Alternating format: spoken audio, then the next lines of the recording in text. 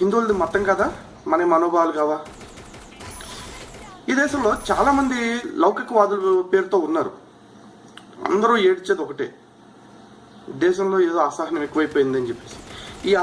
ఈ అసహనం అనేది వాళ్ళు హిందువుల మీద దాడులు జరిగిన రోజు కానీ, హిందువుల్లో మత మార్పిడికి గురై హిందువులందరూ వేరే మతాల్లోకి మారిపోతున్నప్పుడు కానీ ఇది ఎవరికి గుర్తుకు రాలేదు.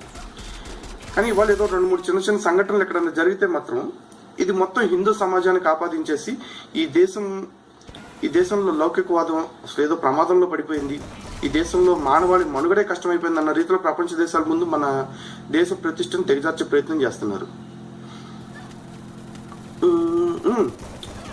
ఇప్పుడు ఇన్నాళ్ళు హిందువుల్ని ఎంతమంది ఎన్ని రకాలుగా తిట్టినా, ఎంతమంది హిందువుల్లోంచి మతం మార్చే ప్రయత్నం చేసినా కూడా హిందువులు ఎక్కడ ఎవరిని ప్రశ్నించలేదు. సడన్గా ఈ రోజు వచ్చేప్పటికీ కొంతమందికి అవగాహన కలిగి హిందువుల్లో కొంతమంది ముందుకొచ్చి ఈ మత మార్పిడిని అడ్డుకోవటం,